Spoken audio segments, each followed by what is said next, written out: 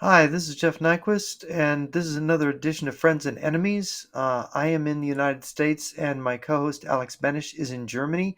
We're going to be talking about Kamala Harris and her family background, the use of race in politics by the communists and by the left, and of course, the fact that there's no symmetry in the tactics between communism and its enemies.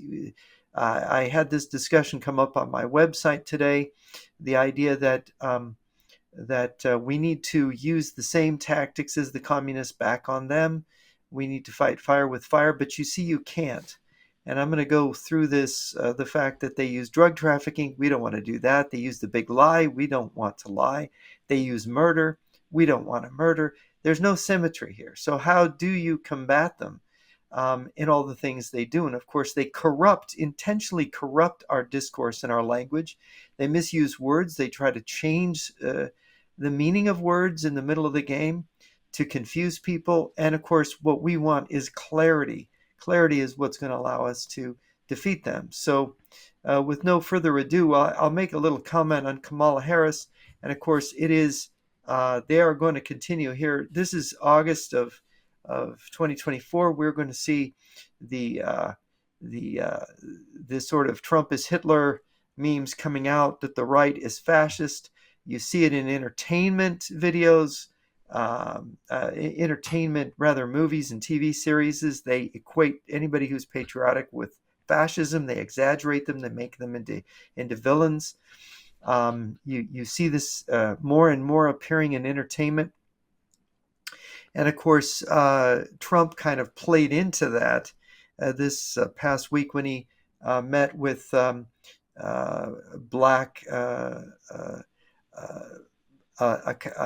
big group of black folks, in which he denied that Kamala Harris had ever portrayed herself before as a black person, which I don't think is true. He made the issue of Kamala not her views, not her far left views, but how she identified racially, and that's sort of falling into the enemy's tactics. So anyway, maybe you can comment, Alex, about Kamala Harris's racial background.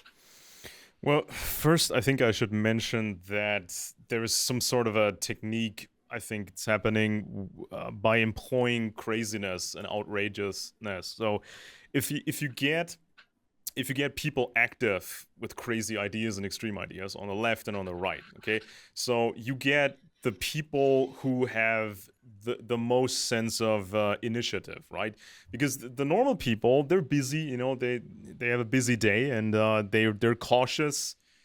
They they don't want to rush things or do something crazy. But if you talk to the more unstable people who got nothing to lose or think they have nothing to lose, you can make them do things, and they become really, really loud. And so then, if the discussion turns crazy, the regular folks, they sort of fall in line, right? This is what I see all the time, because the regular folks think, well, I'm not really agreeing with the craziness on my political side, but there's no really, we have to go in that direction because we don't want the other side to win. So guess what's happening on the other side?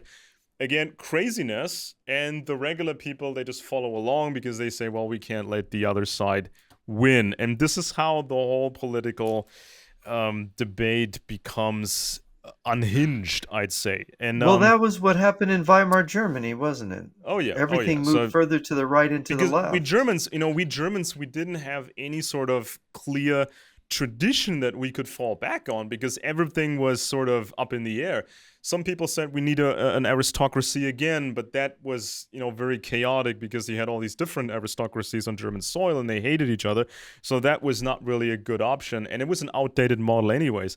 So some people said, well, we should have like this democracy thing, right? But nobody knew how to do it. And then the fascists came along. So we didn't have a constitution, we didn't have a Bill of Rights, and we didn't have that generations of peace, internal or relative internal peace, right? Where you could build things and have stable families, and just deal with your life and improve your life and other people's lives. So we just didn't know how to do it, and the crazies dominated the entire political sphere. So now Kamala is trying to portray herself as the reasonable candidate. So she was the prosecutor, she was the DA, and she said, well, Trump got himself in legal trouble, so she's the opposite of Trump. That's what she's saying. Kind of like he's crazy, she wants to be the sane person.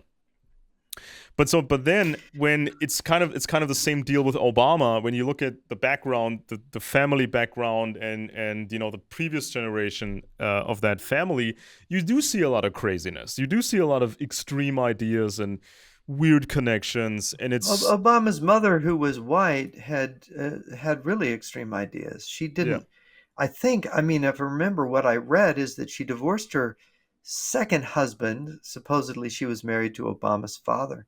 But her second husband, who was an Indonesian, she divorced him because he had developed pro-American views, yeah. and I I mean, think with he was Trump, working for an American oil company. So it's just it's just a funny thing that that people do get their belief systems from their parents, and their parents, whether they're black or white. And I think you got conservatives on both sides. There's a tendency for the communists to have propagandized American Indians, blacks, Hispanics. They want the non-white groups and say, look, you're disenfranchised. You're the white majority in America are racist. You need to join the revolution, kind of thing. yeah, And you saw that in the 1970s. If you went onto campuses, you would see this black studies, Chicano studies, they called it back then, women's studies. And if you read the program of the Communist Party USA today, that program says we are forming a coalition of blacks and women and other minorities and immigrants and gays and lesbians, etc., to to overthrow this bourgeois constitution, basically, or they say yeah, push past the constitution to have a true socialist system. This is their strategy because they couldn't get the white working class to join the revolution because capitalism just made people too prosperous, right? yeah, The workers were owning houses and nice cars and had nice things. And of course, this was America, how America was back in the 50s and 60s and in the 70s. So, so the appeal was to minorities. This is why we see the Rainbow Coalition with Jesse Jackson emerging in the 1980s, and how we see now Kamala Harris is sort of, you could say she's the child of the Rainbow Coalition in effect, because she's kind of got a bunch of colors of the rainbow in her.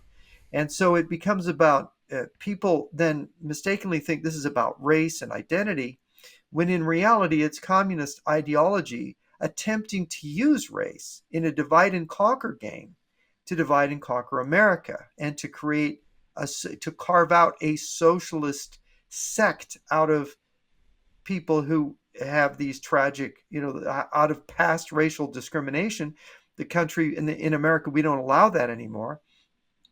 Although there's always going to be race prejudice and tribalism, the big fear of the communists is that, oh my gosh, Americans are getting along, mm, they're prosperous, their society works, even though it's multiracial. Oh, what are we going to do? Right? What are we going to do yeah. about this? So Kamala Harris's parents met in a radical student organization, African American student organization, whose members were connected to the establishment of the Black Panther Party, which had a hardcore Maoist revolutionary line. So they liked the Chinese communists with their Civil War type revolution they had. And so Kamala's mother, Shyamalan Gopalan, could have studied in the rigid, traditionalist, and cold Britain, yet she chose sunny California in the United States, where all kinds of radicals met under the guise of a civil rights movement. Now, well, there's multiple possible reasons for that choice. Now, obviously, Shyamala Gopalan's father was a well-connected man. He worked for the British Imperial Service in India. So the father didn't have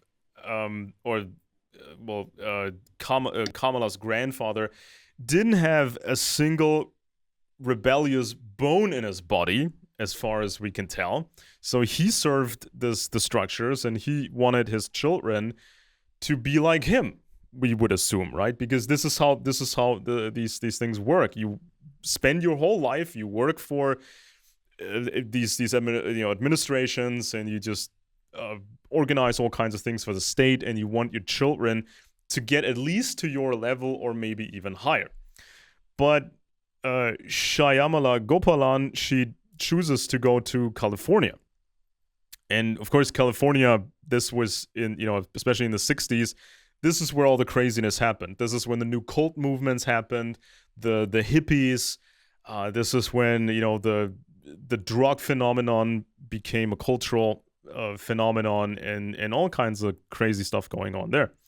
And so Shyamala, the mother of Kamala, she wore Indian clothing in the US, and she was sometimes mistaken for some kind of a princess because the way she dressed and the way she behaved, right? And if you look at Kamala closely, if you look at Kamala now in her videos, it's all very staged. She's almost acting like an aristocrat herself. She has a makeup team, she has a hair team, she has videographers and professional lighting. Everything is really expensive and well prepped and that sort of thing.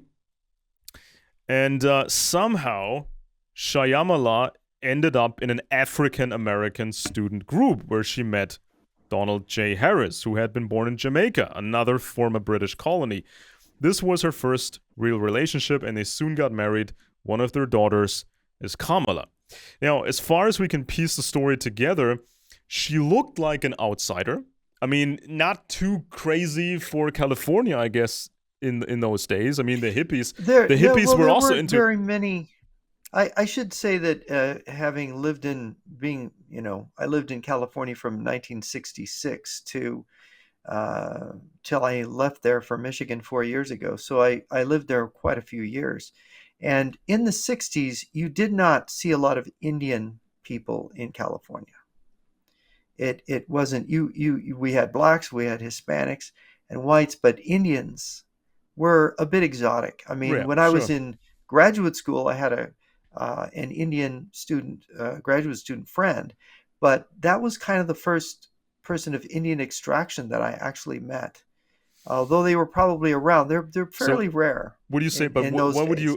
what would you say would be the reaction of Californian people in California in those days, seeing someone like Shyamala Gopalan in traditional Indian clothing? I mean, what would be the reaction? Would this be an oddity? Would she fit in? Would she not fit in? Well, even in the 60s and 70s, California is a more informal place. It has been it's a land of people who move there from other states and other places. There's not the rooted community you see in the eastern and midwestern cities, for example, or the farm belt countries, the Bible Belt country. Counties and states. So it's in California. Exotic was interesting. Hmm. Cosmopolitan was interesting. So there was, and as far as prejudice goes, there was fear. White people feared driving down the wrong street in Los Angeles and ending up in Watts. They had, Oakland had a bad reputation. I think, is it West Sacramento? There are places where there are neighborhoods where you don't want to have white skin. Sure. I remember being in Watts in 1989 and thinking everybody, I mean, it looked like an African country. It was so black. Everyone was black. And I'm the only white person in this big building. And I'm thinking, boy, I look strange. Hmm. Hmm. Hmm. I mean, look at how pale I am. I'm looking at everybody else and go, I just seem really pale Out all of of a place. sudden. Yeah. I seem really out of place. And so you can imagine how black people then feel being in all white areas. You get to get that Yeah. feeling. So there's the complexities of tribe and race in America, but people are pretty accepting in America, Hmm. in the California I grew up in. It wasn't like the Deep South or maybe Chicago Okay. where in every ethnic neighborhood. The Italians had bad names for the Irish, and the Irish for the Italians, and Yeah, everybody was, because my friends in Chicago are Italian and Irish territorial. largely, but it's very ethnic. Okay, Mm. it And isn't we, just black people and white people. yeah, It's the city. A lot of these cities, and and there's we just don't different know, sections, and yeah. who made the approach initially, right? So Shyamala Gopalan goes to the university in California. She's waiting in line to sign up for some courses, and then she meets what's this guy called? She meets this guy Cedric Robinson, who another student who also became a professor later, and he wrote the book Black Marxism: The Making of the Black Radical Tradition. And so, as Hmm. far as we can piece together the story, she approached that guy, or that guy approached her. Hey, how's it going? Who are you? You seem different. How about you come to our group? We have a special group here. It's a black group, but just come to our group. So it's not exactly clear if she made the approach or these guys made the approach towards her. I mean, we can probably imagine if Shyamala's father was conservative. I mean, he seemed like a pretty conservative guy. Her father probably told her, "Don't get involved in anything crazy, right? You go to this strange place, America, right? And so don't do anything stupid. Don't do anything rash. Don't do anything radical. You're supposed to become a scientist, right?" But this approach happened in some shape or form, and then she got invited to this group. And she meets Donald J. Harris, who was born in Jamaica, another British colony. And this became her first real relationship, and they soon got married. One of their daughters is Kamala. Now, for a bit of a background here, in the 20th century, Britain ended the traditional imperialist structures, but they tried to maintain a strong intelligence presence in the former colonies. And the USSR, the Soviets, used the opportunities presented by the newly somewhat independent countries to increase KGB activities. So it was like a race. So everybody was racing, who could get control over these former colonies, or can maintain some sort of control, and also who can have his operations bleed into the United States and try to talk to former people, or talk to people whose ancestors were Caribbean, or ancestors were former slaves, right? So intelligence operations can bleed over into other countries. And Hmm. so you got this double race, right? The British, they're still trying to cling to their imperial system, and the British had their own pretty strong intelligence networks. And then there's the Soviets, they're trying to get into everything. And what's worse, Britain has had some secret relationship with the Soviets through aristocrats like Lord Louis Mountbatten. In February of 1947, Mountbatten was appointed Viceroy and Governor General of India, and he botched the partition of India into India and Pakistan. And this was so bad, other things, intelligence services in and outside of Britain suspected Mountbatten of being a Soviet asset or collaborator. So this is like not just a double issue of Britain and the Soviets trying to control former colonies and try to maybe establish more networks in the US, but there's like a secret link between Britain and the Soviets, right? There's some sort of secret collaboration going on between Britain and the USSR. And so Shyamala Gopalan stood in line to register for classes in Berkeley in the fall of 1959, while the person standing behind her was Cedric Robinson, black teenager from Oakland. He was part of the Afro-American Association at Berkeley, later became a professor. His best-known book is Black Marxism: The Making of the Black Radical Tradition. This is sort of the blueprint for a new generation of a black intelligentsia.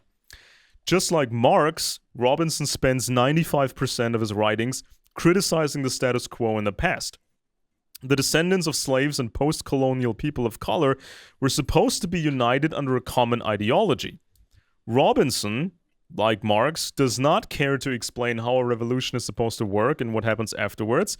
If African Americans took over a fraction of the US and turned it into a state, who would be a factory worker and who would be a privileged administrator? What would the new government do with unhappy citizens who demand change? How would they be their own thing and not a satellite of the USSR? So Robinson's book, just like Karl Marx's work, only serves to create chaos and get the ball rolling, presumably to Moscow's benefit. So is it One safe thing to I would assume? say about, you Maybe know, what question to you? Would it be safe to yeah. assume that these people like Robinson and probably also this Harris guy, Donald J. Harris, did they? Would you think that they approached Shyamala Gopalan and told her, look, you come from, or your family comes from India, which was a British colony. So it's evil British imperialism. It's these evil white people. It's capitalism, just like Marx had explained. And also this Harris guy, he was from Jamaica, which was also a former British colony. So was this kind of the approach that they say, hey, you're with us now because we can teach you about the evil white people who enslaved everybody? Of course, this is more Lenin than Marx, but Lenin was the one that emphasized that imperialism and colonialism was the updated, the final form of capitalism, and therefore the colonial empires and the people in them that are oppressed by the colonial powers, the imperial powers, imperialism, were natural subjects for joining the revolution. Whether there were Muslims, in the case of the Muslim countries or sections of the Muslim world that were under British or French control, French Northwest Africa, British, all the Muslims in British India, for example, or Burma, wherever you care to look at a British or French colony, they were appealing to those people. So it's like Obama's father was from a British colony called Kenya, if indeed he was his father, Barack Obama Sr. You have India. So naturally, they would recognize this. And of course, you have the KGB trying to recruit American blacks and trying to foster a race war to make a communist revolution align with racial divide, the racial divide in America. So they wanted to exacerbate black-white relations in America. And of course, this became a very important subject in the 60s and 70s. A lot of things were written about the black-white divide and how to heal it. People were very concerned, especially after the assassination of Martin Luther King, the riots that followed across America, famously in California, the Watts riots. It was scary for people to think that if we have treated these people, as white people, we treated black people so badly, how do we make it up? How do we heal this? How do we get past this? And of course, there were the Marxists not wanting it to heal, wanting to exploit it. And of course, if you have these black students, radical Marxists, seeing a lady from India, and I don't know how dark her skin was. I haven't seen a picture of Kamala Harris's mom, except Kamala Harris looks kind of white to me. Her skin's quite light, even though her father's fairly dark from the pictures I've seen of him. But this Marxism that was brewing around the Black Panthers, around Oakland in the Bay Area, was you could say it was a bastardization of Marx. It wasn't really as intellectual as it pretended to be. And it was really an attempt to manipulate people who were of a certain race and had been treated badly. You could say it was a form of demagoguery. Here, we're going to give you a better deal. But as you point out, what better deal are they being offered other than the freedom in America and the goodwill of white people saying, look, we don't want to treat black people wrong. You had the civil rights movement. You had the legislation in 1964 that was, they basically repealed all those laws that basically distinguish black from white. Going to be a colorblind society at this point. So so you have these, I guess you call them half-baked communists, Hmm. who got excited about it because they were angry and they wanted to revolt. And You had they plenty saw of the white. success, quote unquote, in China. They saw that, oh, this actually Yeah, worked a couple of years ago in they terms of thought. And changing the Cuba, by the system. way. Yeah. Yeah. And it's ironic, in Cuba, the Castro brothers hated black people. When the Soviet Union wanted to work with blacks in the United States, black radical groups in the US, the Cubans were like, oh, the Cuban communists. No, we don't want to work with them, Hmm. because there was a black white prejudice on the part of the Castro brothers. But the Marxist swindle, this is when the Marxist swindle went from being just about the working class to being about race. This is why identity Hmm. politics developed.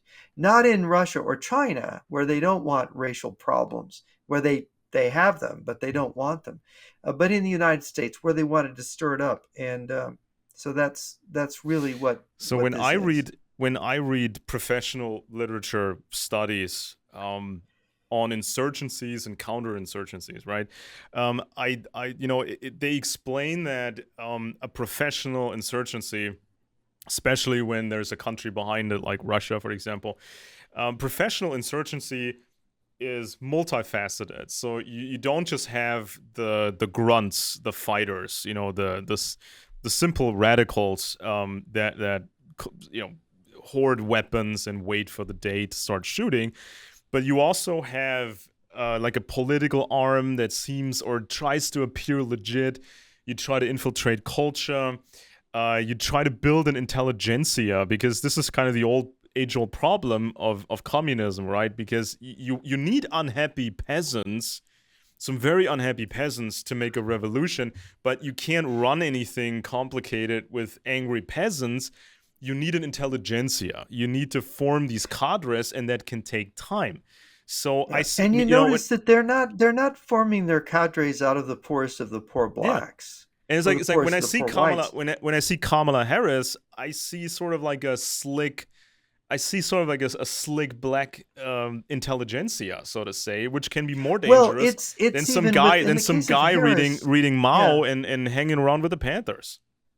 Well, in the case of Harris, you mentioned her mother, and this is a point that should be underscored. Her mother had this princess demeanor, right? Yeah. Well, we see now, if you look, Business Insider had a piece in December 5th, 2021. A former Kamala Harris staffer says aides have to endure a constant amount of soul-destroying criticism, okay? Oh. And it talks about reports have swirled for months about Kamala Harris's office environment and turnover. Former Harris staffer told the Washington Post that the vice president was a highly critical boss. With Kamala, you have to put up with constant amount of soul-destroying criticism. There's been also reports that she makes people have to stand up when she enters the room.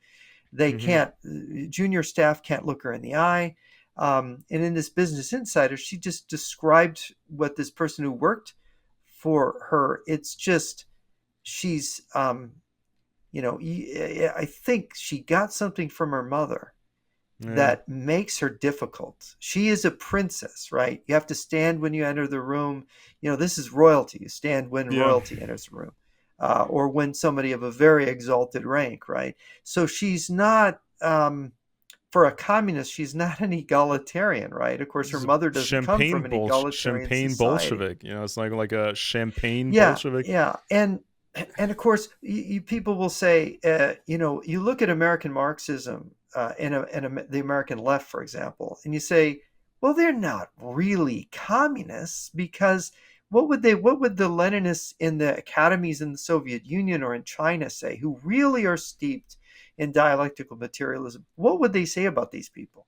They would, they would say, oh, gag me, Yeah. but we have to use them because they're not. And this is what I have a quote here from Eric Verglen about the Marxist epigones, people who fancy themselves as Marxists but don't know what they're talking about. He said, when we advance beyond Marx to the ideological epigones, that's people who imitate and try to follow in the footsteps of late 19th and 20th of the 20th century, we're already far below the intellectual level that formed the background even of Marx.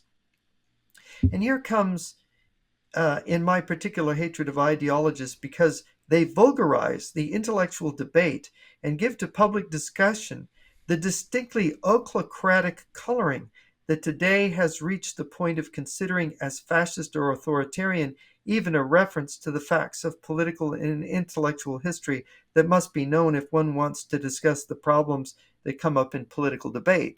So these people are there. He calls them vulgarians, intellectual vulgarians, who think they're Marxists. And I think that many of the elite, really elite Marxists in China and Russia and other countries who are truly educated view the American Marxists as these vulgarians, but they serve their turn. And I think that Kamala Harris is, despite her education and her background, she's a vulgarian. Her understandings are cribbed from these Marxists, these half-baked American Marxists, who of course are organized as communists and in communist groupings, but they are by no means coherent. So she can have these behaviors, she can have attitudes and things that just don't fit with a Marxist mold, Yeah. and that doesn't bother And them. I'm concerned particularly about kind of the way the game was played. Okay, so when communist circles, maybe even with foreign influence, right? When these circles, they recruit people and they feature people and they invite people to these meetings and they talk. I mean, you know how these communists are. They drink a bunch of red wine or maybe they smoke marijuana and then they talk and they envision and they come up with these crazy ideas. Well, So when I was drinking with Marxists, it was beer, but yeah, but which is really a Marxist drink, right? it's Marxist drink was it's beer. like this. It's like He wasn't this a thing wine drinker. when I mean this was it was not without risk to be a communist in the 60s, right? And so if we imagine these people talking to each other, hey, you're from India, you're one of these oppressed people from former British colony, even though Shyamala's father was privileged. You're one of the oppressed people. Join us, and then we'll drink some wine and we maybe smoke marijuana. And we talk about all these grandiose plans that we have. This is not without risk. Why would they trust her? And why would they trust each other? And why would these the next generation of circles, why would they trust Kamala, right? So there has to be some sort of an entanglement for the communists to trust you and to further your career. I mean, we saw this stuff with this Robinson guy who wrote that Black Marxism book. He got to be a professor at prestigious universities. Donald J. Harris. Donald J. Harris became a very prestigious guy after his student days. So there needs to be a network with communists, and they need to recruit people and select and vet people and then build them up, but keep vetting them. This is how the communists always do it. So I'm really concerned about compromat, right? Because why would they trust you if they don't have something on you, if they don't know your secrets, if they don't have you on tape? Well, that's the key thing. It's not what you know, it's what people know about you that gets you into some of these positions, is that you're manipulable. You're the proper kind of tool, because you notice that both with Biden and Harris, they neither are really intelligent.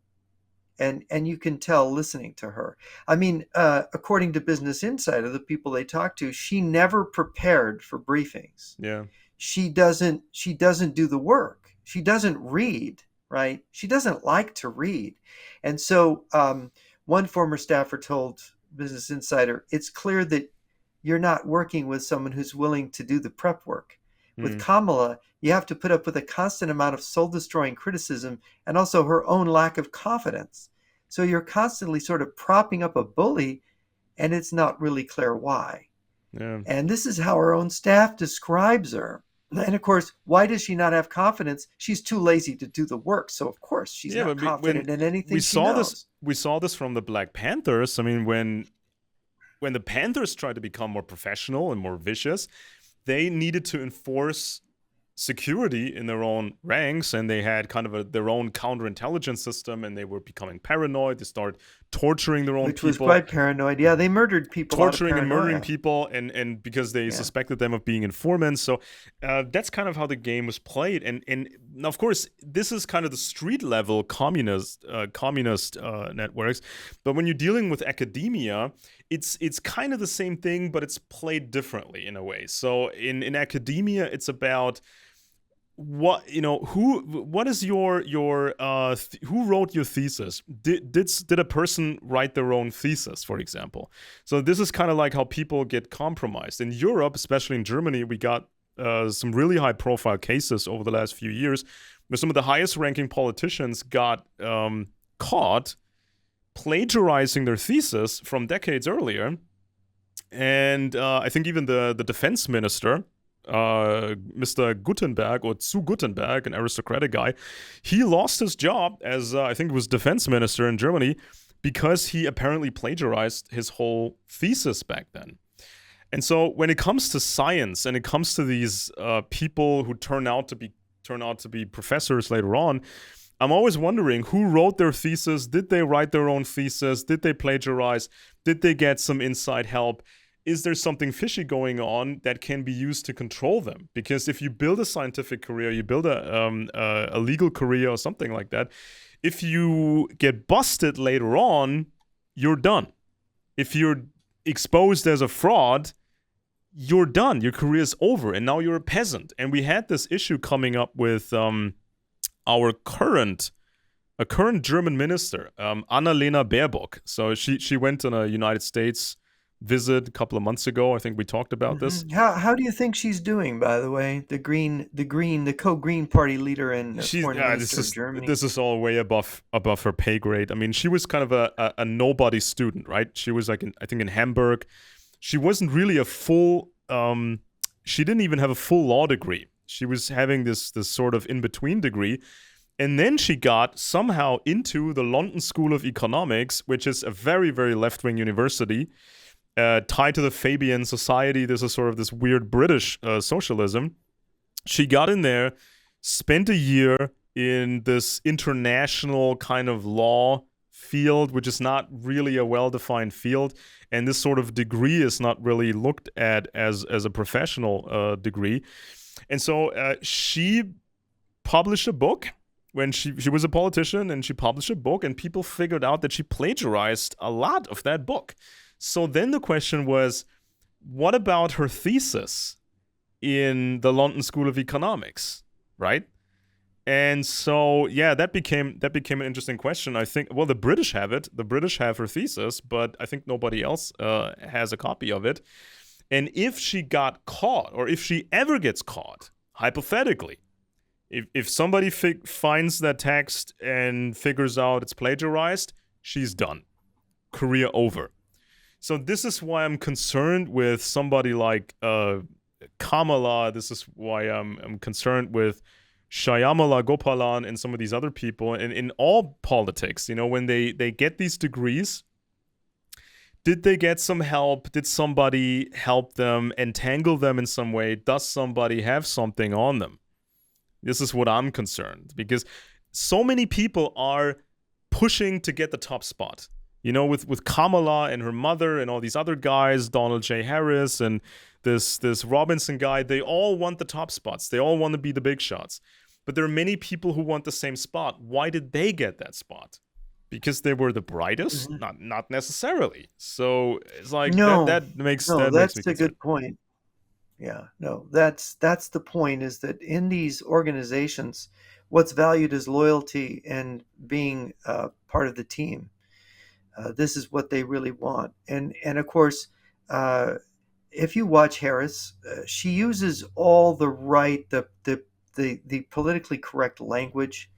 For the most part, she's right on top of all their issues: global warming, critical race theory, all of those things.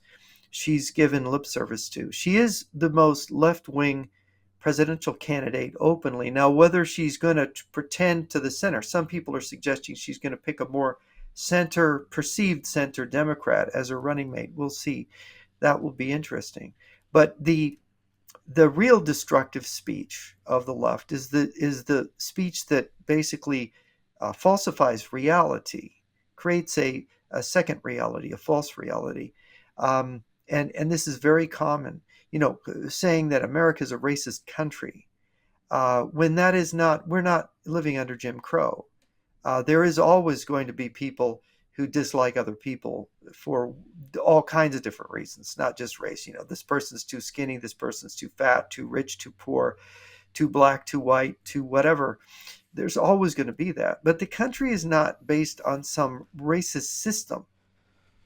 And this is the thing, is that they believe that racism is perpetuated in a very subtle way. This is one of the battle cries of the left. Um, and it's just not true.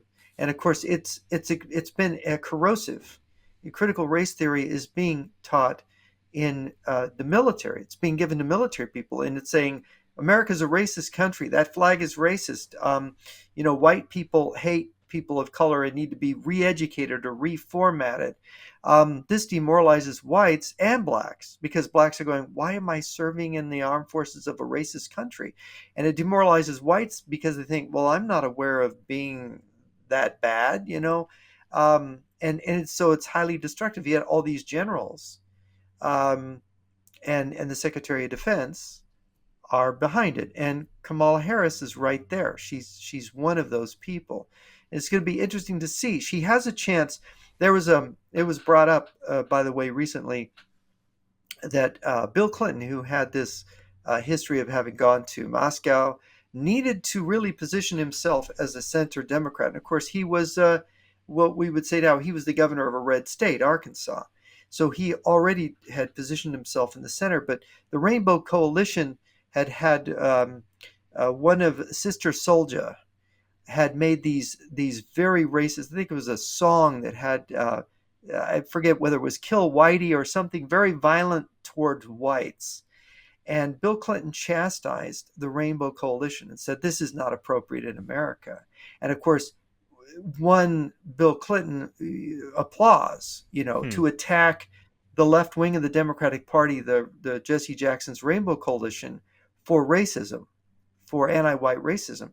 That was one of the things that helped get Clinton elected in 1992. Kamala Harris has already bypassed moments like this, where Trump is being called Hitler, and you have this assassination attempt where Trump is actually wounded in the ear.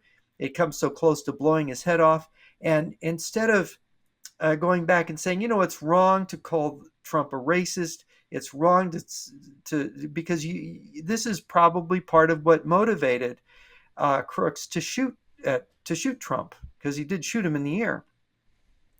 And Kamala Harris passed that chance up to say, no, this is inappropriate. We don't call people Hitler. Sure. We don't. This inspires violence. And This is too far. She and didn't also, take that up. And and yeah, also, I mean, all this time, for generations now, I mean, we didn't see we didn't see we didn't see that honesty from the left, I think, especially in America, concerning the reality of communism in the USSR, in China, how it failed, why it failed, and just how it was, because when we talk about the 60s, right, with Shyamala Gopalan and Donald J. Harris and in the wild 60s, I mean, even then, people could have figured out what the reality was in the USSR. I mean, it was like, I think the big Gulag revelations came in the 70s, but it was known before that. And also, the Stalin had died in 53, right? So hmm people even in socialist circles, people were talking about Stalinism. Was this over the top? Was this crazy? How crazy was yeah. it? Should it have Stalin was denounced in '56 by Khrushchev. shouldn't it have been different? And there were so many people that were killed in the Soviet Union because they just wanted a nicer communism. They didn't even want to destroy communism over there. They wanted a nicer form of communism, but Well, they this still was got the killed. idea of the new left in the '60s. This was So the there was idea of no, the new left, is that we are not Stalinists, yeah, but right? still, it was We're like, if liberal communists. but if you look at the black Marxism, these black Marxists, they embraced so many ideas. There's not. I mean, I read this stupid book, black Marxism, the making of the black radical tradition from this the Cedric Robinson guy. There's no acknowledgement. I didn't see the acknowledgement how truly bad the Soviet Union was and how that completely failed, and how socialism or Marxism, how it never even proposed a manual for a working system. This was all just to get a revolution going. And they said, well, we're going to have a dictatorship for the foreseeable future, and then we'll see when we finally get our nice communism. But there's nothing I can see in the 1960s in black Marxism, nothing about acknowledging how this all went wrong. This was a failed experiment, or this was just a maniacal failure of grotesque proportions. No, they ran with it. They liked the idea that systems got changed in China, a couple of years earlier, and they ran with it. So in the fall of 1962, at a meeting of the Afro-American Association at Berkeley, Shyamala Gopalan meets the graduate student economics from Jamaica, Donald J. Harris, who was that day's speaker. And as far as we can tell, he talked to a crowd of people saying, I'm from a former colony, Jamaica. This was the British, these white people dominating us. And guess what they did? These British actually recruited a bunch of black people in Jamaica to become some sort of a puppet, puppet administrators. And these puppets were privileged, and they sort of put a nice face to this controlled system. But the rest of the people, the blacks, they were still poor. So that's kind of how he pitched it. But of course, later on, Donald J. Harris became very privileged himself. And of course, this was, just to put this in context, this was a few years before Bobby Seale and Huey Newton formed the Panthers. I think that was in 1966, the Black Panthers, which was a Marxist-Leninist Black Power organization. But this is the same California Bay Area milieu just a few years earlier, before Bobby Seale and Huey Newton. So just to put that into context. Yeah, exactly. This is the soup in which the culture in which they kind of came up into existence. So Shyamala Gopalan apparently never had a real relationship. She goes to America. She meets Donald J. Harris in 1962, and they get married in 1963. So even they met in the fall of 1962, and they get married sometime in 1963. There was no introduction of Mr. Harris to Shyamala's parents, and there was no wedding ceremony in her hometown back in India. So they completely disregarded Indian culture, and just that there was they didn't really know each other that well. They were just dating for a couple of months. She gets pregnant, and they became married. And the founding member of the Afro-American Association was Donald Worden, who mentored Huey P. Newton and Bobby Seale, who co-founded the Black Panther Party in 1966. And so in 69, J. Edgar Hoover, director of the FBI, described the party as the greatest threat to the internal security of the country. And it was clear to every security professional that a literal army of fighters and saboteurs and terrorists could one day overwhelm the police capacity of the United States. And by the way, that was what was feared at the time. Of course, it didn't materialize. The communists envisioned this idea of mobilizing millions of black people, because you've got, maybe 30 million black people in the United States at the time. I think the numbers may be higher than that. And if you could get a couple million of those people radicalized and armed, you could really create mayhem. But that really didn't, it was really such a minority at the time of black people that it never came about. Yeah, but imagine if just a fraction of those envisioned fighters, sure. if only a fraction, let's say 250,000 or 500,000 black people, half a million black people started to riot. Yeah. What turned out to be more effective, for example, in LA, which I know more about, you had the black gangs that were trafficking in drugs. So there you have in excess of 130, 40, I mean, by the 1990s, armed gang members trafficking in drugs. Those drugs coming from Latin America, a lot of them with help from the Cubans who were made to join this operation of supplying the black gangs with guns and of course drugs.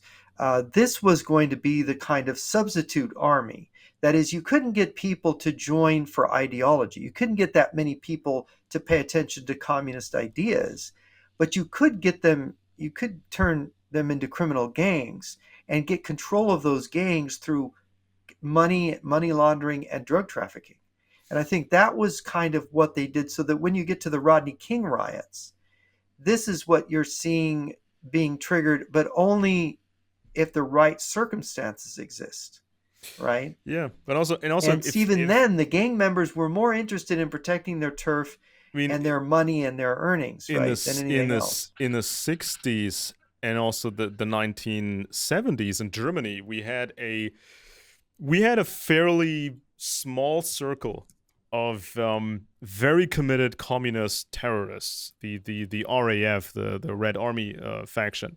So they Hmm. had a large support net, and they had a couple of million of sympathizers in Germany, but the actual terrorist structure was really, really small. But even then, Yeah. they could abduct people, assassinate people. They could Mhm. hijack airplanes and then make demands to free their comrades They in could prison. steal stereo equipment for Putin Yeah, but like in Dresden. these big events when they assassinate, they shoot people. They were shooting people on the streets, or they would use scoped rifles and assassinate people. They I were mean, that can assassinating American servicemen. and that terrorist strategy kind of always works the same way. You provoke the state, you provoke the system, forcing Mhm. the system to push back by Right. You increasing. want exactly. You want an overreaction. You want the Yeah, system to overreact, and then you can blame the system for being evil if yeah. it Same with overreacts, same and then same gain same more thing. recruits. And we could Yeah. imagine if there had been a bigger campaign in the 60s, a black terror, a black, let's say a black Marxist terror campaign, the government would have reacted. There would have been, maybe in some areas of California, martial law could have been implemented, and it would send in the National Guard, and they would lock people up and interrogate people and have a crackdown. And then countrywide, you would have seen a massive propaganda campaign calling the system fascist, calling the system racist, attacking the system. Kind of the same thing that's going on against Israel right now, right? So Hamas Yeah. attacks Israel. Yeah. Hamas attacks Israel. Israel is forced to do counterinsurgency warfare. This is not the same as regular warfare, and so Right. there's no nice way of doing counterinsurgency type war. And Right. and we We know by talked now about from. this with the Algerian War. Yeah, Remember, the Algerian rebels purposely went out and started slaughtering white people to cause white people, French, white European French, to then slaughter Algerians, then causing the Algerian population in general to join the revolution in yeah, Algeria. So we've it's seen an these. effective Yeah, tactic. and It we've seen works. these intercepts. We've seen intercepts from these high-ranking Hamas people saying, "Oh, this is going great for us because Israel is forced to fight back, and we have this international campaign at American universities, for example, where it's all about the talk is all about Israel fighting these Palestinians. So even if these terrorists in America, even if they wouldn't reach these specific goals of changing the system, having a whole revolution, they would create enough horror, the system would fight back, and then you would see this massive campaign, even in Europe. And the propaganda in Europe would have said, "Oh my God, look at these crazy Americans! These Americans are having a police state, and they're fighting the blacks, and there's counterinsurgency war and interrogations, and it's all so horrible. Europe really should disentangle from the United States." So this is kind of the logic behind these terror tactics.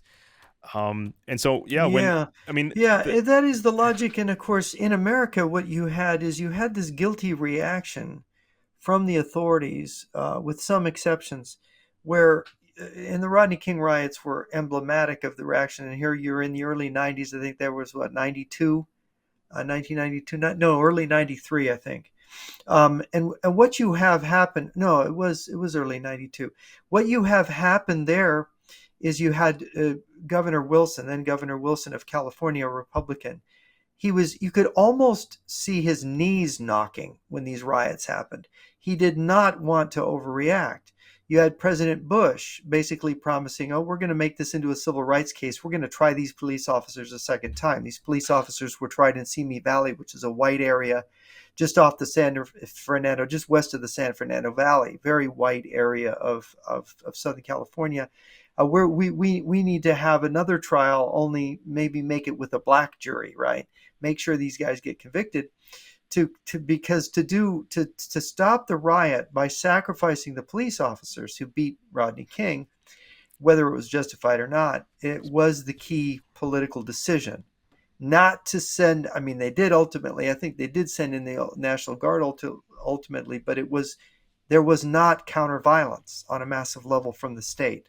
Now you go back to the Roman Empire, for example, and if people rioted in a city, Send the and legions. to the point, a legions would come and they would surround the city and they would walk through the city slaughtering everybody. They Yeah. just go through it and say, we're done with you. We're depopulating the city. We'll bring in people, to repopulate it, but we're going to get rid of you. So you have these different methods in the past. America wasn't going to do that because of this thing that if you do too much violence, if you overreact, you end up having the entire black Yeah. population And and, it's and many clear, I white mean, people joining in the radical thought, yeah, and it's joining the clear that radical side. it's clear from the records we have, the data we have, that the Soviet Union was extremely aware of how policing worked in the United States, how the legal system worked, how everything worked in the United States, everything with security. So they knew exactly where the loopholes are and where the opportunities are, and so they could shape an insurgency movement. They could shape it in a way it would so that it would be most effective. And of course, then you have kind of the radical arm, you have the political arm, and you have the culture arm, and all these arms.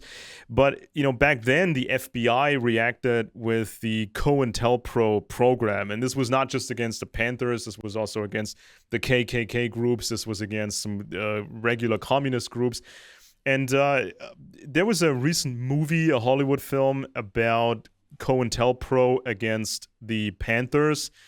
I don't remember it that clearly. I think it was at least somewhat fair, but it was missing a whole lot of context, because there are still cases that are not really clear to us now. So there's murders or probable murders committed by Black Panthers or associated Panther people, killing cops, doing this, that, and the other. And then there's some alleged killings of Panthers, killings by the FBI or by police. And so there's still debates raging on about these different cases. Now, we know that the FBI crossed a bunch of lines in the course of counterintelligence, in the course of going after these insane groups. I mean, to us in Germany now, it is almost inconceivable to have something like the Black Panthers, because if a political party or any organization is that committed to overthrowing the system, that organization or political party gets outright banned in Germany. Now, of course, in the United States, it's different. There's all kinds of crazy stuff you can say, but of course, you get the FBI. You got the FBI breathing over your neck, and that's what happened with the Panthers. I got some notes here. It says here, an assistant FBI director, William Sullivan, later testified in front of the Church Committee. The Bureau did not differentiate between Soviet spies and suspected communists in black nationalist movements when deploying surveillance and neutralization tactics. And this statement became kind of a almost like a scandal. And you gotta wonder, why would that even be a scandal? Why would people even be wondering about that classification or that approach? I mean, of course, if these people say we're communists, we love China, we're Maoists, we want to overthrow the system, why would you not why would he treat them differently than Soviet spies? I mean, Well, of course, you would want if they were, look, there were many gun battles that the Panthers fought with the police. They were a pretty violent group. I think it was Eldridge Cleaver went to hijack an airline to Cuba and ended up there was a Cuban agent on a special mission on that plane, and he fouled up the mission, and so they put uh, Eldridge Cleaver in jail in Cuba for quite a while until he was released. He ended up becoming a Republican, and I think, if I recall, he ran for president oh, before his death as a Republican. Eldridge Cleaver, a Black Panther. Imagine that, becoming a conservative. I had a friend who knew him shortly before. I think he died of a heart attack. Who knew him pretty well, and was had some fascinating conversations with him. And so it's the journey of these people, these radical blacks, is rather interesting when they learn what the real communist system is about, and they learn how really misguided their violent reactions are. Because one thing about America is a system that's predicated on an attempt to be reasonable and to make reasonable solutions for everybody. And it's rather famous for that. It's why we haven't had another civil war. And people should remember. I get this. I wrote a piece where I mentioned this Civil War. I compared the Civil War back then to what the left is trying to do now, trying to foment a civil war, talk a lot about a civil war in the U.S. And the differences. And the thing is that back when we had a civil war in 1861 to 65, the South was, and pardon for my readers who are Southerners, uh, Alexander Stephens, the vice president of the Confederacy, and I put the key parts of his speech in the comment section of my last blog. Alexander Stephens said the South, the Confederacy, was based on African chattel slavery and white supremacy.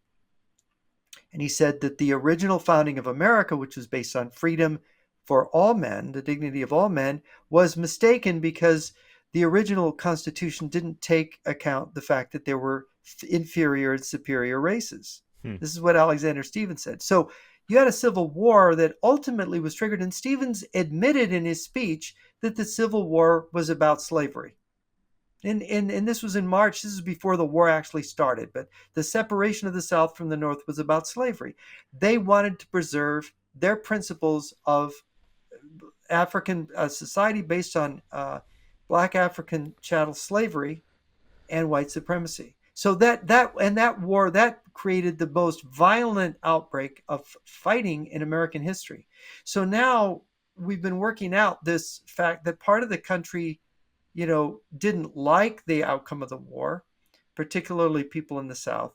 And you had blacks who only had freedom, real freedom, during Reconstruction, and were you had the Ku Klux Klan and all that ugly history, and you had Jim Crow. You had this situation where, how do blacks and whites live together since they look so different to each other? How do they become one country? And what Americans have discovered in this effort since the 1960s, since the 1950s, is that we sound alike. We speak the same language. We have a lot of the same feelings. I mean, you got all these black comedians that white people relate to entirely, Hmm.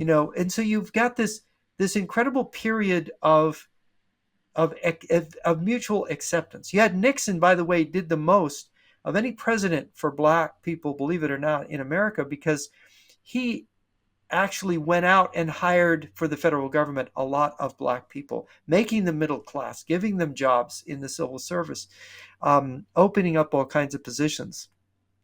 The left talked about helping blacks, but really, in a large respect, the Republican Party has done more for them. And then there's the Thomas Sowell's argument that before you had this idea of blacks were unfairly treated, so we have to give them all these goodies. Thomas Sowell said this is destroying the black community. The largesse destroys you. If you want to destroy somebody, give them something for free. That was Thomas Sowell's. He says, look at the diaspora Chinese, and they were persecuted outside of China, in Southeast Asia, and yet they're the most prosperous ethnic group. Same thing with the diaspora Jews, the prosperity that they experienced despite being persecuted and driven out of many places. So the blacks, what Soel has written is pointed out that when blacks were under Jim Crow, they were developing their own colleges, they were developing and schools, they were developing businesses. They were actually a little bit of persecution. If it doesn't destroy you outright, it makes you stronger. Blacks were getting stronger in America. They were developing. Instantly, you give them freebies, and suddenly you break up the family. And this is happening to the white community now too. We're just following in the footsteps of what happened there. And so Soel makes this economic sociological argument that all of this poor me victim psychology that the Marxists have used is just destructive to a community. And I think Soel has made a very good peasants. case. It's like, I mean, to me, there was a covert war going on. I mean, as you said, you can't just send in the legions and just squash everybody. No, because you can't use the tactics the communists use. Exactly, but you can't use violence and the big lie. You have to be honest, and which means you have to admit that things were done that were wrong, and like to people of different races. Yeah, so these radicals. So these radicals, they try to improve their own skill sets, spycraft, tradecraft. There was probably some Soviet advisors teaching them stuff, right? So would give them more spycraft. But, these radicals, they were going against seasoned FBI people. They were going against, very, very accomplished police officers. They were going against even something like Operation Chaos, about which we have very little data. So, if people want to look that up, there's a fairly recent book on Operation Chaos. And there's also a bunch of programs that were created in the 50s and the 60s and the 70s. There was Project Troy and others. And in these kinds of programs, they were initially developed for other countries. So scientists wanted to figure out these populations in Chile, in Iran, in all these places that may turn communist in the future. And so, or were already communists. So they sent in the scientists, they try to figure out the different sections of the population, and they were doing these questionnaires with people. American scientists or these partner scientists, questioning these local people. What would a revolutionary leader look like that you would find exciting? What would this guy say? Or we have some suggestions. Imagine there's a new guy, some Che Guevara type guy, and he looks really good and he says this, that, and the other. Would you like this guy? So there was all this research done, and this was fed into early algorithms, like computer-driven programs, in order to be able to at least partially predict. Okay, so when is communist subversion becoming too much of a problem? Is this country on the brink of a revolution? And some of this stuff became quite sophisticated, and that's when the U.S. government used some of that infrastructure to anticipate riots in California and other places. Because, of course, if it's a tool for security, it can be used domestically. So you had all these sophisticated machines and algorithms and psychologists. But there was one problem, which is the infiltration of the U.S. government, the FBI, the CIA, the infiltration through communist spies, Soviet moles. And imagine if the FBI is tasked with squashing the radicals, so say the Panthers and these guys. What happens if there's this infiltration in very high ranks? I mean, imagine if Soviet moles in the FBI thought, okay, let's play it like this. We're going to have some successes. We're going to present some successes to our superiors, arresting some of these radicals, but we're going to let the more important guys, or we protect the more important guys.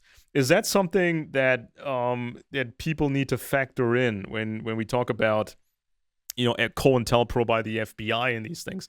I mean, one high-placed mole can create incredible damage, like we've seen with the FBI and Robert Hansen and these guys. I mean, they gave away most of the FBI's information to the USSR, and when it's about protecting radical circles in the US, this is something a mole might do. Your mic is turned off. Government tries to plant agents in radical organizations. They used to do that. Now, since 9/11, and the government has been able to do that again. The fear is that they're largely doing that to patriotic groups or militias or right-wing militias. It used to be back in the 60s. They did infiltrate the Ku Klux Klan, but it was largely left-wing groups. And there were quite a few, but left-wing groups have become sort of untouchable. And as the FBI and the Justice Department have become more left-wing themselves, with the Obama presidency especially, it's unthinkable that the U.S. government is infiltrating communist groups in the U.S. To try to prevent terrorism. Now, maybe there's something I don't know. Maybe there is some group doing this. But this is part of the double standard, the problem, the unbalance between the left and the right that's developing. And this is why the election of Kamala Harris is important after all, because if we get another far left, and I regard Biden as far left. He pretends to be center, but he's been with the far left. Look at who he appointed as vice president. I think the problem is that they are subverting the country, and they are not really dedicated to preserving the Constitution. That they are really with the radical left in spirit behind the scenes. They just posture for the sake of the American people to look like they're more in the center, and I don't think they are. This is a controversial thing for me to say, and a lot of people will violently disagree, but I think that's what we're really confronted with Kamala Harris. And her parents, by the way, her parents are indicative of that background that she has, which she shares, by the way, with Barack Obama. As it says, I got this in my notes. In the 1960s, psychological research was conducted in Vietnam to predict revolutions, and also helped with counterinsurgency efforts in 1967 and 1968 in United States cities such as Los Angeles and Detroit, when protests by African Americans escalated. The director of the Camelot Project, Rex Hopper, had himself predicted the possibility of a revolution in the United States that would result from the, quote, emergence of a numerically significant, economically powerful, intellectually informed fringe group. Camelot was seemingly terminated when the details became public, so they changed a bunch of names and kept working on programs like this. So there was computer program Politica, there was some other programs. So this is like when the experts are saying this, a numerically significant group, and they also say it's a smart group, it's an intellectual smart group. So this is why I think in the 60s, these student organizations, they were creating the new intelligentsia. They were recruiting people they thought of as smart. And then they taught them all this black Marxist stuff, and then they could put these people into political parties or in government and the universities, and then just wait another generation, and then of course recruit the next round of people to have a multi-generational program. Now, this Harris guy, so the father of Kamala, Harris told a room full of black students that he had grown up observing British colonial power in Jamaica, the way a small number of whites had cultivated a native black elite in order to mask extreme social inequality. Of course, he himself turned out to be a rather privileged and well-connected man. In 1960, 17 African nations gained independence. The same year, Fidel Castro was received with open arms in Harlem, where he met with Malcolm X, Soviet Premier Nikita Khrushchev, and Prime Minister Nehru of India. In 63 and 64, 5 members of the African American group, which where the parents of Kamala met, joined a trip to Cuba organized by the Student Committee for Travel to Cuba in defiance of a State Department travel ban to see how Afro-Cubans lived under Fidel Castro's government. So they thought this was a race. Oh, the opportunity is now. The British have left all these countries, and now we can, our people can take this over. We're all going to turn these countries and have this worldwide revolution, and it's just a matter of time when it's America's turn. Yeah. Well, that's the thing, is that the distorted idea that people have that, of course, this was that Black Power and the Black Panther Party was really about liberating is unfortunate. That I was surprised to hear that a Black conservative who didn't really know about the Black Panther Party, mainly not realizing what it was all about. People don't get the word because in our mainstream media, they don't talk about them as communist revolutionaries and their connections to communist groups overseas. And of course, the KGB didn't want to be caught red-handed, so to speak, working with Black groups here. They wanted to make it more subtle, more ambiguous if they could, because of course that might engender retaliation from the United States for interfering. The Soviets like to say, oh, we don't interfere in the foreign politics, the politics of foreign countries. They would like to say that, but the fact is they do. And the fact is that the communist movement is a global movement centered in Moscow, centered now in Moscow and Beijing, that affects all levels of American society. It's really incredibly pervasive here. And you live in Germany, in the German-speaking world, how pervasive it is there. Oh yeah, it's like when you grow up with it, especially when you grow up with it. I mean, it's just like the problem really I have with Kamala. When she was 12, she moved to Canada, and spent quite a few years in Canada. This was her teenage years and early adolescence, and she even studied for a bit in Canada. Then she went back to the United States. So this is when you make your friends. This is when you become sort of a personality, and who do you hang around with? What are these people thinking? What people like you? Whom do you like? And what are the ideas that are floating around? And I was like, I mean, even in Canada,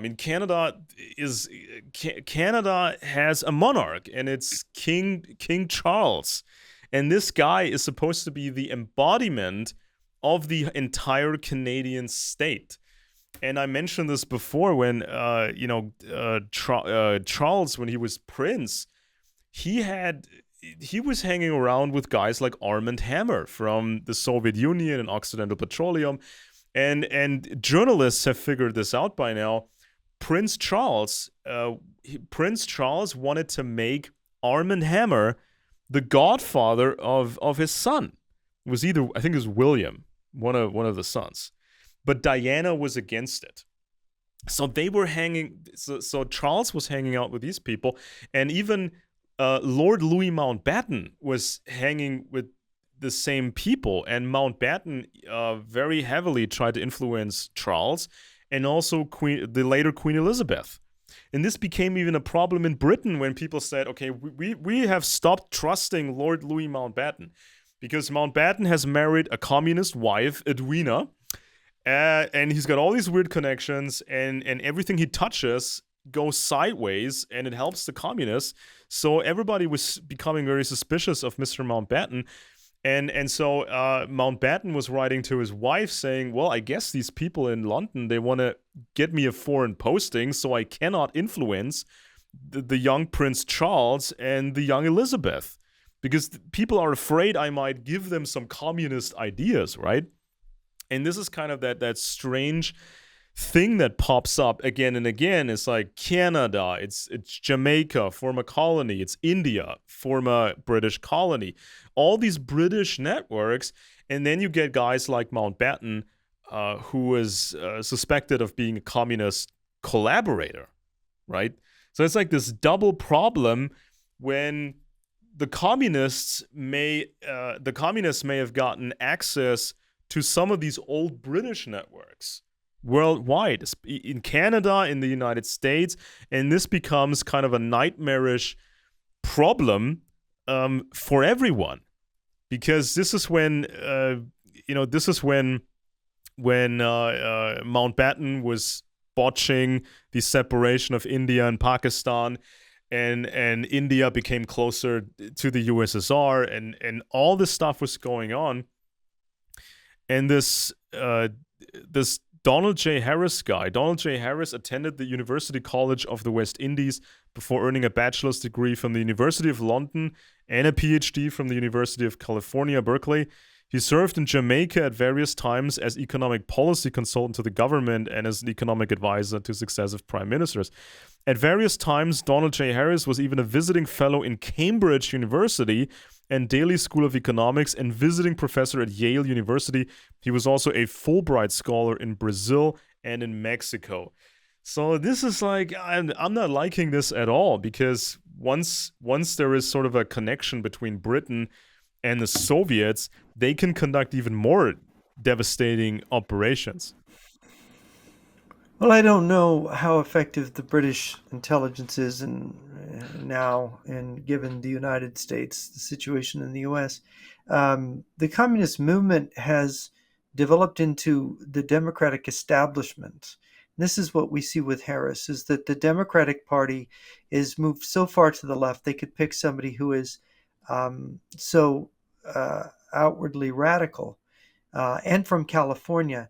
Now, the question is, we might turn to the question of how electable is she, given her background. And I think the New York Times had a piece yesterday taking several polls. I think it was 8 polls, trying to see what it meant. And in general, if you sum the polls up, Trump was leading Biden by 3 points nationally.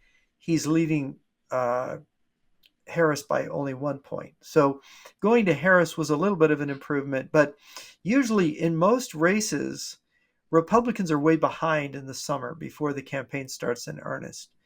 Because I think it's something about exposure to the message. The Democratic message is somehow off-putting to people, or maybe the Republican seems more appealing. Republicans usually do better the closer you get to the election. And of course, in the battleground states, the New York Times showed most of the battleground states, Trump is leading Harris. I think it's even in Michigan. Excuse me, Trump's ahead in Nevada and Arizona, Pennsylvania, and Georgia. And Georgia by 2 points. So it still looks bad. Now, what I would predict is going to happen is that when the Democrats have their convention, if all goes well and nothing goes really badly, the Democrats will get a temporary boost, and it will look like Trump is losing. But then when we go into September, after Labor Day, when the real campaign begins, I think that it's going to probably go badly for Harris, because she's not a very good campaigner. She doesn't come off well. She can't leave the teleprompter and sort of speak extemporaneously very well. And I think this is going to hurt her. And if she does a debate with Trump, well, it's hard to predict debates. Trump himself is No, I unpredictable, think but he's he's a gonna pretty crush good her in the strategist. debate. And yeah, so Trump is largely pretty clever in how he positions himself. And if he's on his game and he's playing a more careful game, he's not being quite as reckless, although he did make a mistake here last week. I think that that he's going to do better in the election, and that margin of victory is going to widen. That's my suspicion. And although we have the loosey-goosey ballots, we did not correct this thing with the mail-in ballots, which were developed under COVID to allow people to vote. This is a very bad thing, where you have people who don't have to present ID. They don't even have to appear physically. You just send in a piece of paper, supposedly with your signature on it, and then that's your vote. The potential for abuse of this is just incredible. And this is what a lot of people, I talked to a Republican activist pretty high up earlier this week, and he is convinced they're going to steal the election. It doesn't matter what the polls say. They're going to come up with millions of illegal votes. They're going to change the outcome, and nothing is going to stop it. There's a number of people on the Republican side who have this kind of negative view of what's going to happen in the fall. There is a problem with it. We're not Venezuela. Now, Venezuela had exit polling that showed that the communist candidate, President Maduro, lost the election, and he's claiming he's won. So there's been rioting in Venezuela. But here in the U.S., with all the polling, if you get to election week and Trump is ahead by 4 points, 5 points or more, and you have an election where suddenly Harris wins somehow, I'm not sure how that's going to play. And I'm not sure, of course, I don't know if the polls will be honest at that point. Maybe the polls will all show Harris leading when she's not, just to make it seem real. I mean, that's a paranoid idea, but the numbers in the last election in 2020, the numbers didn't make any sense. The polling numbers about how blacks and whites and different groups voting. How could Trump lose, for example, in 2020 when he carried a higher percentage of the black vote in 2020 than he did in 2016? Yeah, Little things like that. There's little details like that make you think, was there ballot stuffing going on, and how much? And of course, but the question is, what would happen to the United States if cheating took place on that level? And I don't know. This kind of this multi-generational, I think, manipulation of the voter base, because when you have these leftist policies, you just sabotage a large section of the youth. You tell them to be strange, to be unproductive, to study some nonsense, get a load of debt, and just not grow up, really. This is what the youth is being told, and then they become all miserable, and then they whine and they say, well, everything's unfair, the system is not working, maybe voting Democrat will fix this.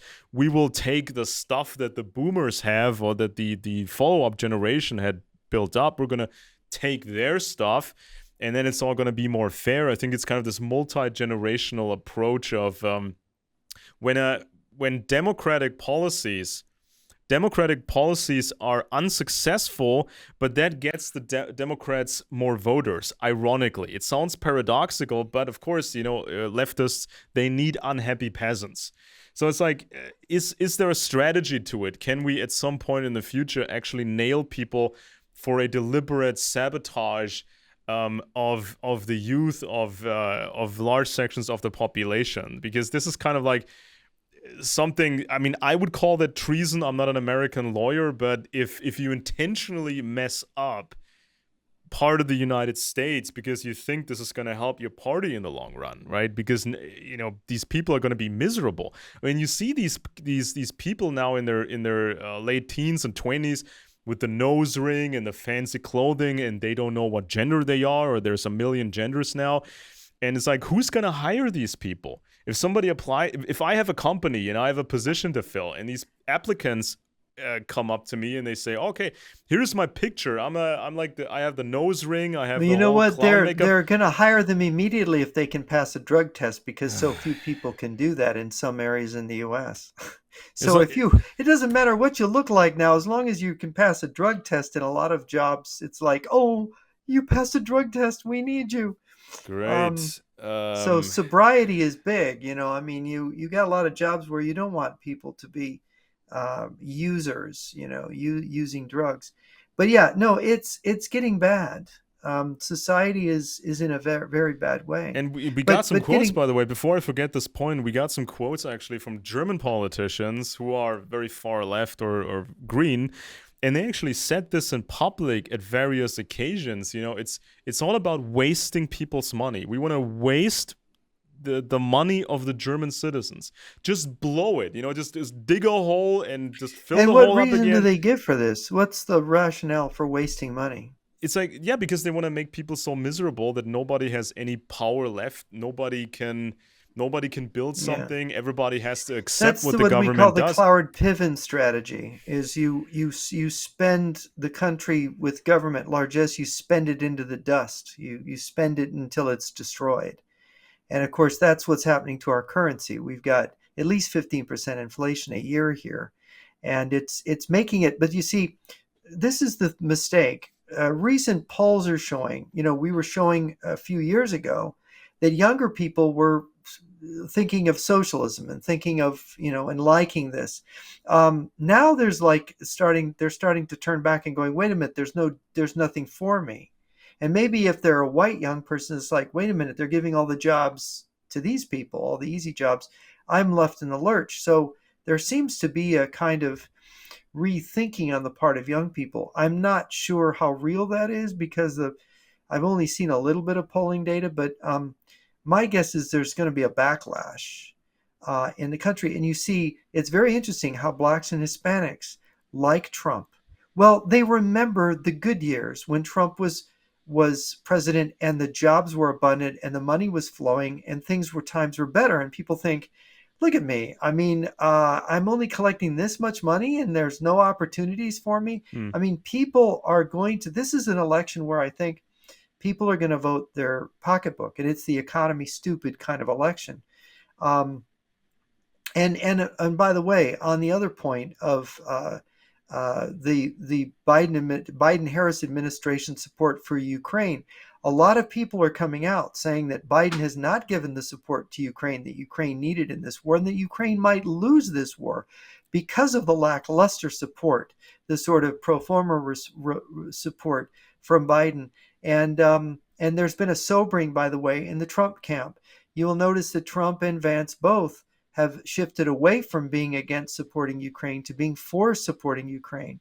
And this has been mentioned by the Hoover Institution group, the Goodfellows group, in one of their recent broadcasts, is that uh, the political right and the Trump camp, the MAGA camp leaders, have seen that the evidence that Russia and China are together, and they're together with Iran and North Korea and Cuba, etc. And they realize there's no splitting them apart, that a victory for Russia is a victory for China and vice versa. And this reality has come home to Vance and to Trump. So you're not going to see this isolationist foreign policy anymore. And rather, and I hope they do this, but they've got, like the National Security Advisor O'Brien, you've got people that are going to slam on the Democrats for not helping Ukraine enough. I hope there will be a shift in that direction. But we'll see. Yeah, it's like it's at this point. I mean, it's been so many years after the formal end of the USSR, and so where is the great inspiration nowadays for socialists in the West? I mean, there's nothing really they can point By the towards way, to. just when the cavalry was needed, late last year, the Russian Federation announced re-Sovietization. I don't know Yeah, if you caught it. it's like Yeah, they're yeah, re-Sovietizing in the Russian Federation. yeah, So they're it going really is a into thing. complete cult mode when they revitalized the, what was it called, the communist youth movement or youth organization, where it's Hmm. like you have to Yeah. join. I mean, it's sort of voluntary, but if you don't join, you go nowhere in your life. So everybody has to join, and it's like they're going into full cult movement, and same with China. I mean, the wheels are coming off of their economy, and people are Hmm. starting to see that. And I think, who said this recently?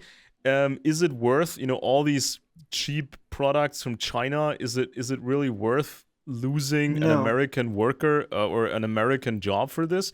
It's like there's nothing. I have to buy 9 Chinese pens to get one that works. It's So, like, I like why? fountain There's pens. nothing. There's So I nothing might as well really. buy one good American one, right? Yeah. So there's nothing really that socialists can point towards to and say, oh, look over there, this is supposedly working, or this is working, or this is great. There's nothing they can point to. So all this stuff, I mean, when I talk to young people, or I hear young people talk, it's very superficial. They're like, okay, well, this Kamala woman looks nice. I mean, she seems like an orderly, or Kamala looks like an orderly, obstinate person, right? She seems so sophisticated. It doesn't really go beyond that. But there's like, where is this going to end if you just project into the future democratic leftist policies? Where is this going to go? Does anybody really believe there's going to be this wonderland of equality, or is this going to become a just another managed economy where everybody is miserable and nobody can change his own situation? And this is almost like the definition of serfdom, when you are forced to work in under horrible conditions, and there's no way you can change anything about it, because it's like everything is rigid. You can't really start anything bigger, and there's nothing really. You cannot build wealth. It's impossible for you to build wealth, and all you got is your little participation in these communist or leftist organizations and these programs, and you can be this very little cog in this gigantic system that doesn't work. And so, yeah, you get your little dinky apartment. So maybe they're gonna make some micro apartments out of cardboard now, and you're gonna live in your cardboard apartment, and that's gonna be America for you. I mean, this like I mean, and when you look at the Republican side, at least the Republicans, they can point towards business success, concepts that actually worked. I mean, sometimes they work better in the past for more workers, but at least there's something there.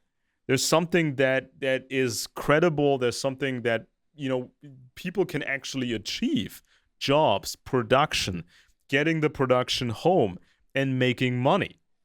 So it's like on the one hand, you have this credible plan forward. On the other side, you have a theoretic construct that literally goes nowhere.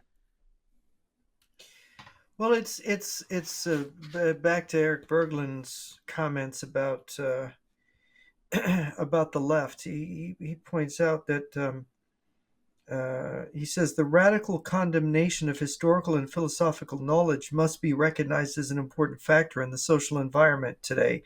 And he says it's is much too low. This intellectual level is much too low to be aware of their objective crookedness.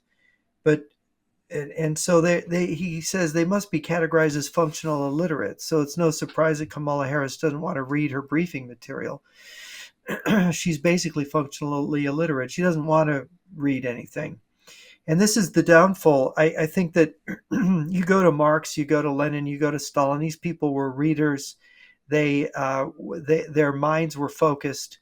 You look at the communist leaders in China. You look at Mao. Mao was a very accomplished author and poet in a very difficult language, Mandarin. But these people, they don't have any intellectual distinction, though they pretend to it. And they don't really, for them to occupy these positions at a critical time in the country's history, I don't see how they can ultimately succeed because their level is so low. The only problem is the level on the conservative side isn't that high either. It's better. It is much better. But you got to believe the smart people are going to win. In the end, you got to hope that the smart people are going to win. And what about because this? Really, these people what are about dummies. this thing that there was a report recently by Trevor Loudon, and there was also a paper by Nevin Gussek about MAGA communism, which is like when they Yes. tell people you can actually combine these things, and you have like a masculine Stalinist form of communism, and it's all gonna be you national call it national socialism, right? That's been tried before. National Bolshevism, yeah. Or national Bolshevism, it's like kind of like trying to get in through the back door and trying to introduce communism on the with the other group. It's like Well, the decay, the thing about intellectual decay is that it promotes decay of the use of language, decay in the use see, how do I make clear an idea to you? I use clear language. You have to become a master of language in order to communicate adequately what's really going on. And if you just have these very clumsy, slogans and stereotyped images, you are communicating, but what you're communicating is so simple and actually rude and wrong in a lot of ways. you're going to fail ultimately, because success in politics, success in life means understanding things. Making fine distinctions is what understanding is about. Is saying, wait a minute, that's not a snake, that's a piece of hose, right? I mean, they look the same. You could say, oh, there's this thing, this tubular thing on the ground, right? And it's moving. No, it's a snake, or it's a hose that's, the water pressure is too high. We have to make fine distinctions in order to be intelligent and to know what we're really talking about. And this is the thing, is that and I use the word ochlocracy or ochlocratic. It means, mob rule. You get a bunch of unintelligent or semi-literate people running things, and you have this mob rule phenomenon where, yeah, you run down the currency, you give things away, you destroy your country from within, because it's just a bunch of awful people, stupid people doing stupid things with power. A friend of mine told the joke, what do you get when you empower an idiot? You get a powerful idiot. And so Yeah, is that's the that what worst. we've got? We've got a bunch of powerful idiots running things now. And you look at the Secret Service and the way they protected Trump, and you go, uh-huh, yeah, okay. Sure. Same Yeah. thing across the board. Now, when we talk about actual reading of significant books, significant knowledge. I mean, when we look at Kamala Harris, and she's trained in law. She's got a law degree, and Supposedly. supposedly whatever, and she became a, what's it called, district attorney or state attorney in California, and she's handled a bunch of cases and rose up through the ranks. Now we can probably tell that she was so busy the whole time, and there was no space, there was no time to really read, right? To really understand, to really reflect. Were my parents right? What did my parents do wrong? What were the mistakes of all the stuff that they believed, and all their influences? And maybe I should get in touch with America. Maybe I should get in touch with the international power balance and try to figure that stuff out. But it's like she's this creature that's been groomed by various people, by the Democratic Party apparatus, and they don't want somebody who's too smart. They don't want somebody who is suddenly going to read up and become a different person, right? I mean, I'm always wondering who's got something on her, who could derail her career. I mean, there's been some creepy stuff that we've heard out of California when she was active there. I mean, she was doing some weird things. I mean, when a police officer got shot, she said no death penalty, and then her office said some really crazy things, and then she claimed she didn't know what her office was saying about that. So I was like, who's got something on her, and could she even function without the people around her, right? Could she even Well, she's part of a milieu. She's part of a leftist milieu. And of course, a leftist milieu is not going to want to give somebody who shoots a cop a death penalty. So was she viewed as someone in California who supported the police? I don't think so.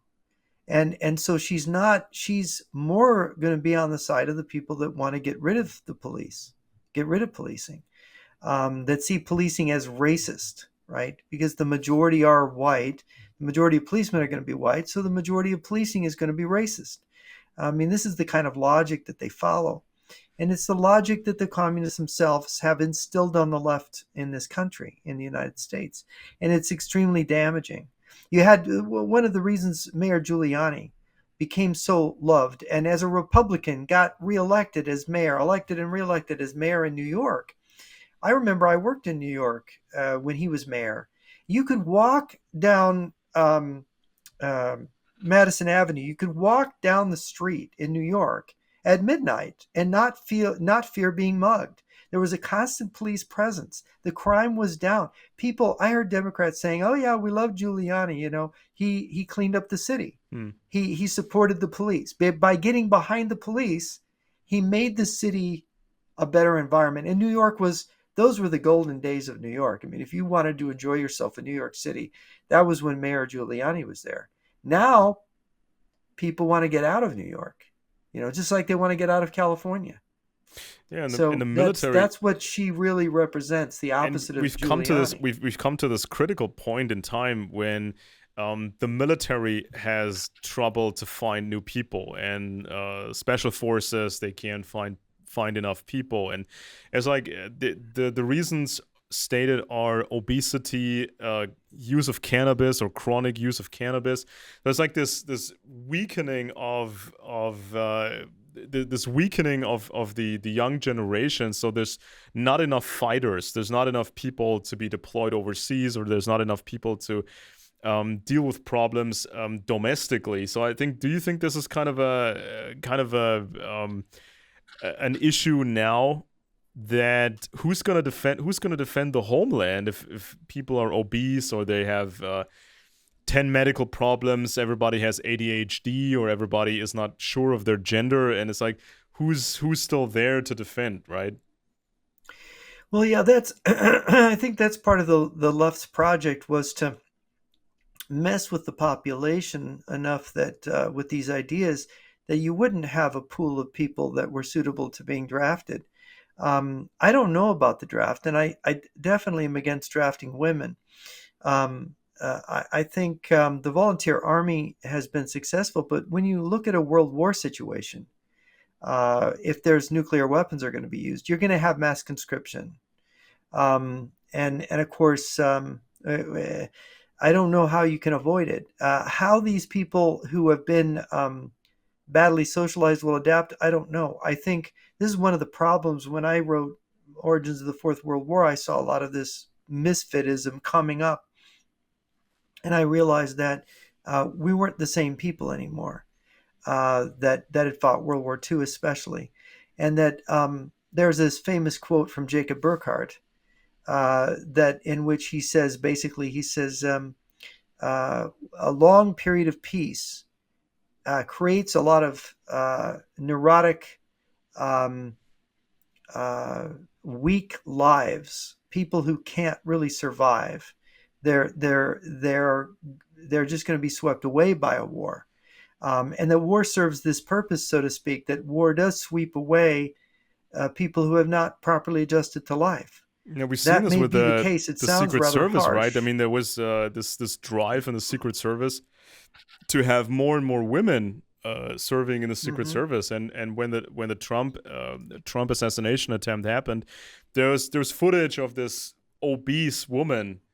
I think it was Secret Service. This obese woman who couldn't properly holster her weapon. Hmm. She was Yeah. missing that holster, and she did not look like she actually belonged there. And it's like, She I didn't look well trained. I mean, nowadays you can probably watch every cop show that's ever been done on YouTube, and you can also see people making their own cop programs using publicly available body cam footage by Well, you police know what? Let's officers. let's talk about that. You mentioned that. Look, it's really you look at all the channels, you look at all the shows. It's all about women, women heroes, women politicians, women fighters.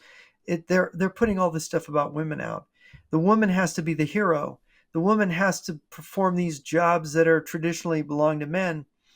Look, if you've been in a military unit, if you've been through military training, and women can't perform those jobs at the same level that men can.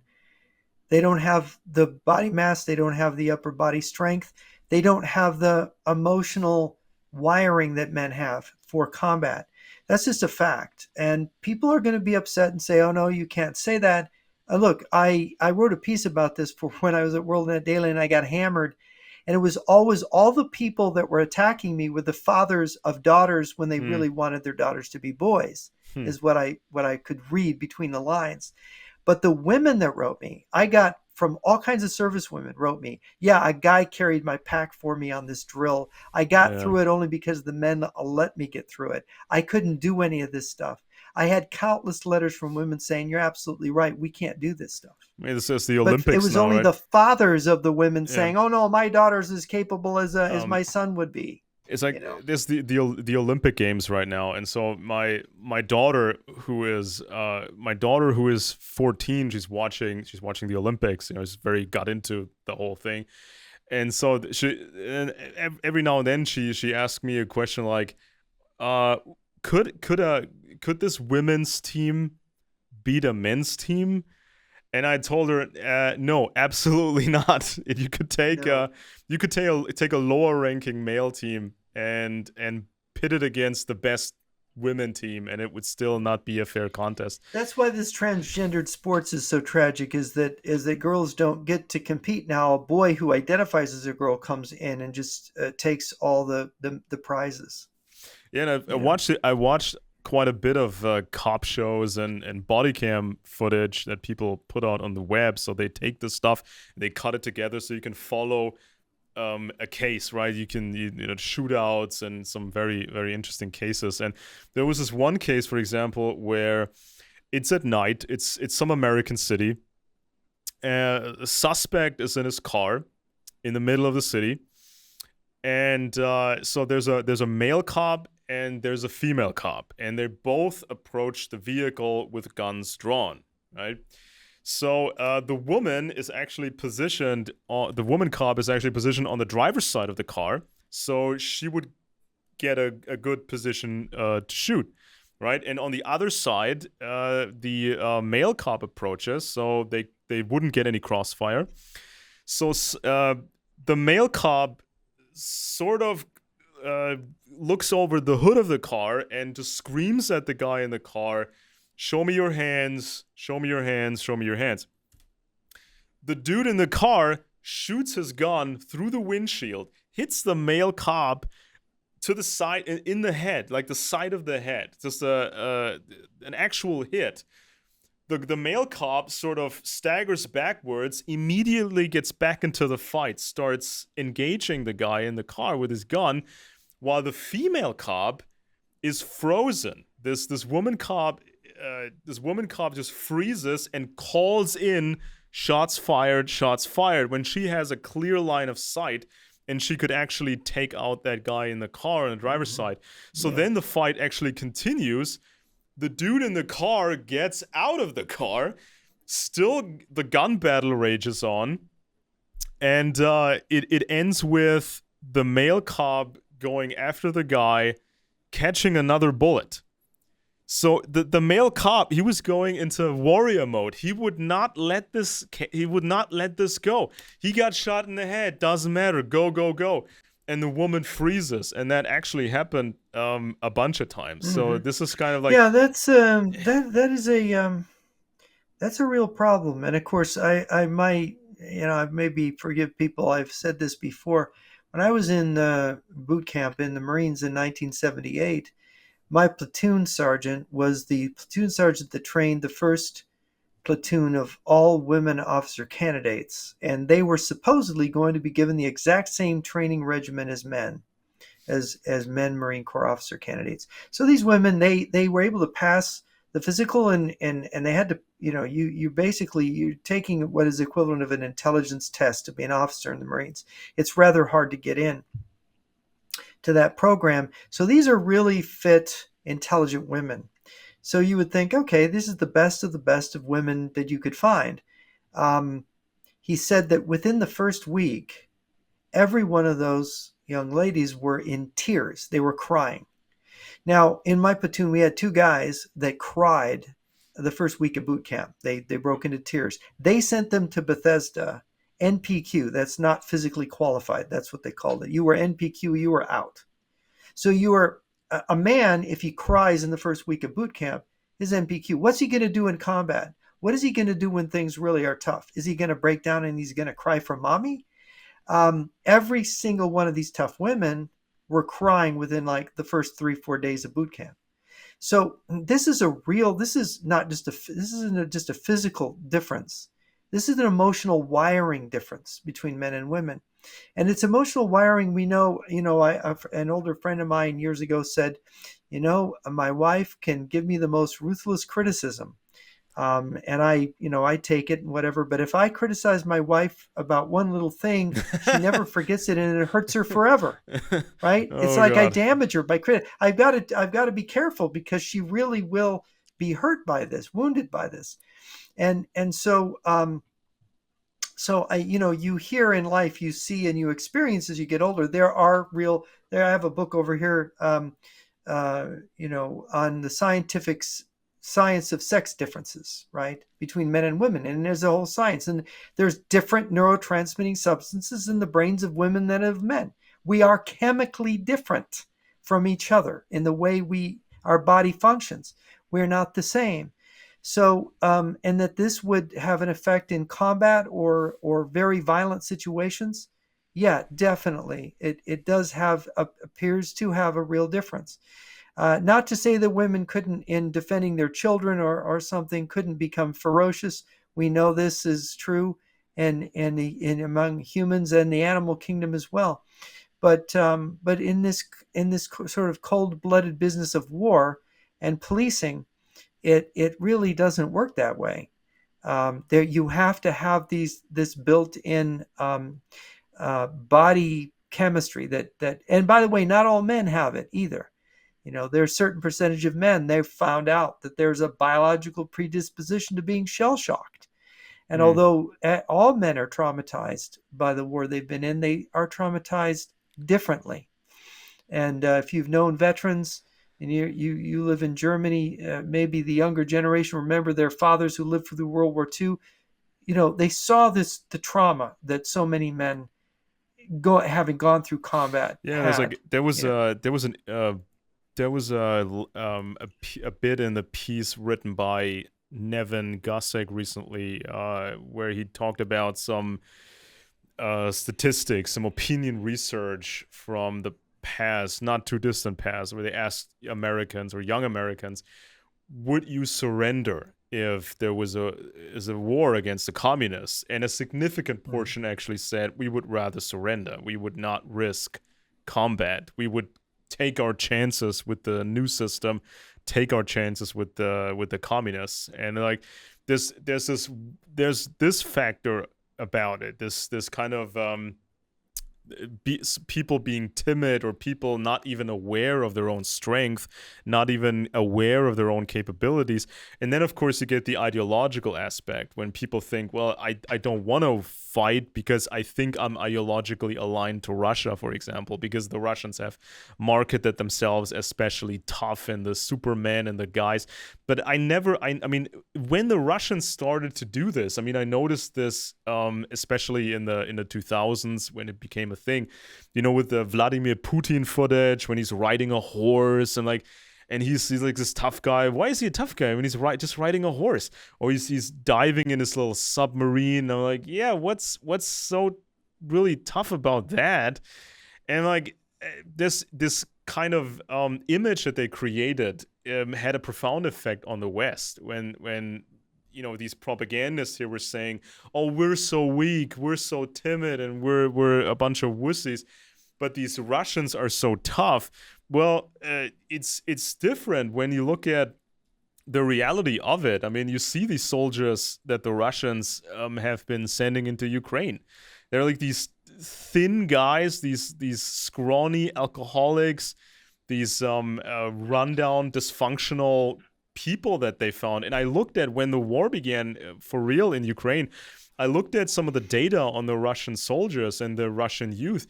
They would declare a lot of them as what you call NPQ, or not physically qualified. physically They qualified, yeah. would they would they would omit hundreds of thousands of people all the time because they were young drug addicts.